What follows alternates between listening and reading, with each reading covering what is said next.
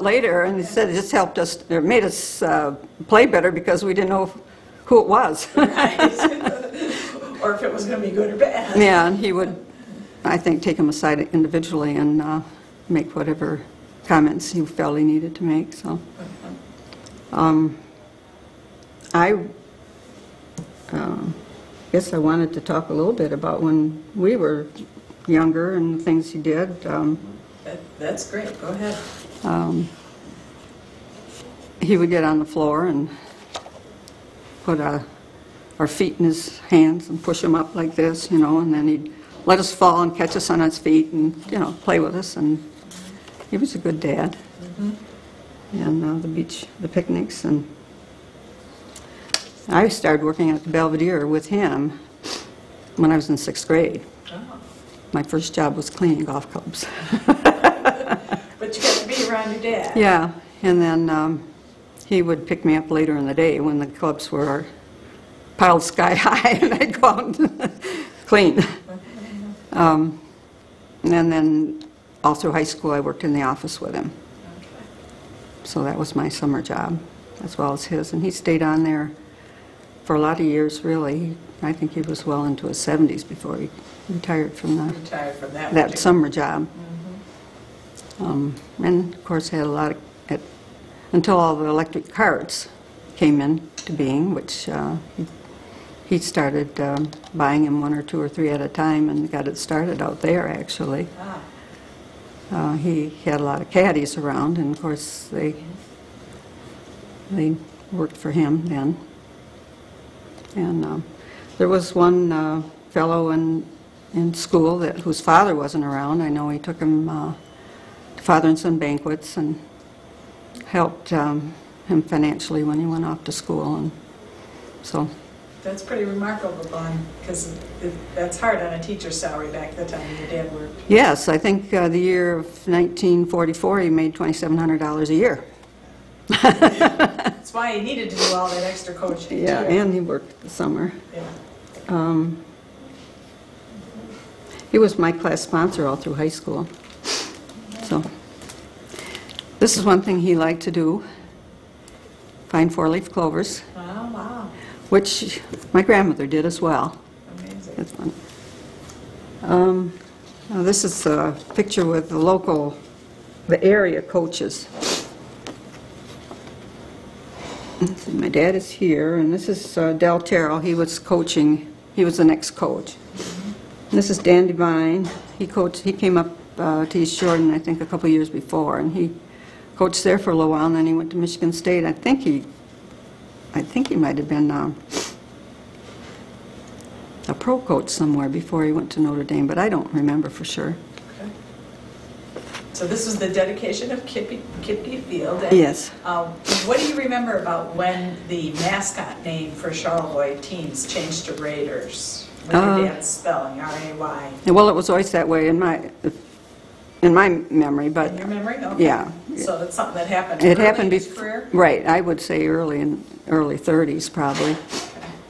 And he always said that Stuart Coleman was the one that he thought that would be a good name, and that's That's how they did it. Yeah. came up with it. And Lou Orleski was the one that was the artist to draw the Raider. Okay. Okay.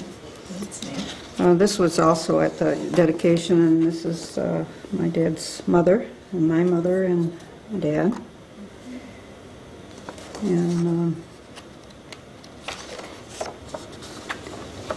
well, I'm going to throw one more picture in, because this has my grandmother and my mother and the 3 of us girls and my dad. Oh, the whole family. Yeah. That's good. They had Ray Kipke Day, and he was Yeah, hold that up. That's Grand Marshal of the Venetian Parade. Yeah, what year was that? This was 1988. Actually, I was here because he didn't want to ride in the car by himself, so I rode with him. And sometime later, and I'm not even sure what year it was, he also shared the honor with Mrs. Durant's. Okay. I think she might have been 100 at the time. I remember Mrs. Ranch, she had the strawberry farm. Oh, did she? Out north of town, yeah. In 93, shortly before he died, he was inducted into the Michigan Football Hall of Fame. Okay. And there was an article about that. Just before that happened, in the fall of 93, Neil Sumala took my dad on an outing, and they went to Lansing to see, it would have been Lansing Sexton play, comparable to the high school that my dad went to. Great. And I think Neil's son-in-law might have been coaching the opponents. Okay. So they went to that game, and then they went out to Michigan State. And when where coaches meet and talk to somebody, and it turned out it was filming day. Can't think of the word. For the football team. Oh, neat. Yeah. So they took him out on the field. George Perlis was the coach. Oh, neat. Had all the players sitting on the benches, and he interviewed them. And actually, the TV, Lansing TV cameras were there. And I think it was Marilyn Novak, might have been living in Lansing at the time. She saw it on the 6 o'clock news, so on the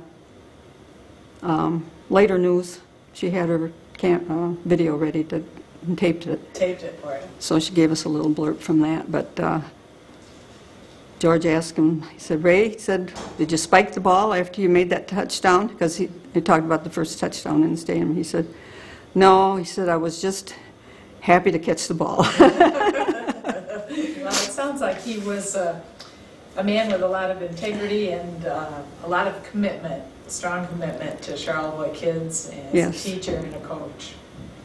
Well, and then after, well, he was diagnosed with diabetes when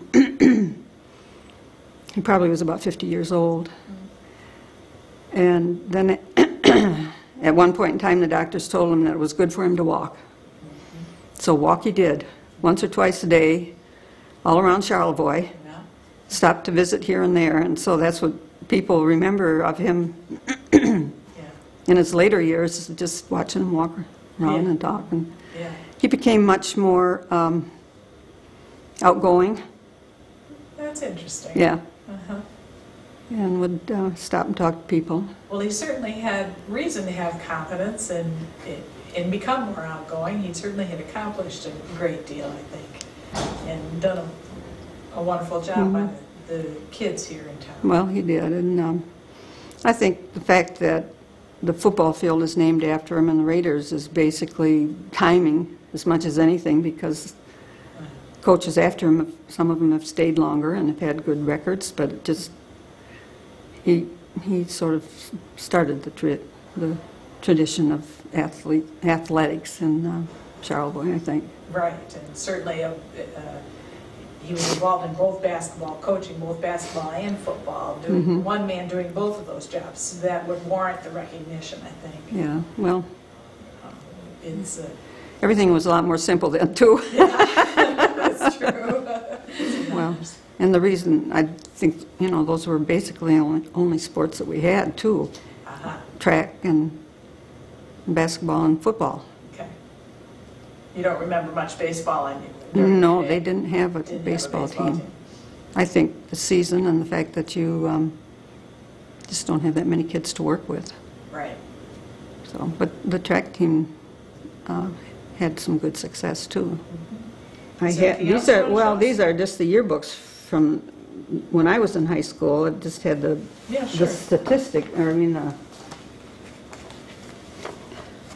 they didn't even have, when I was in junior high in Lansing, my homeroom was in the printing shop. I mean, they had printers and the whole works for junior high. Yeah.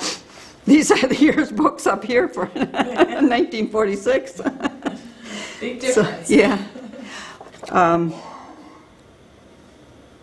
Here it says, the 1945 Charlevoix High School's football team defeated Boyne City for the first time in 13 years and battled their way to the goal of undefeated, unscored upon, Class C Conference champs, with 229 points to their credit and none against them. The lowest score was 25-0.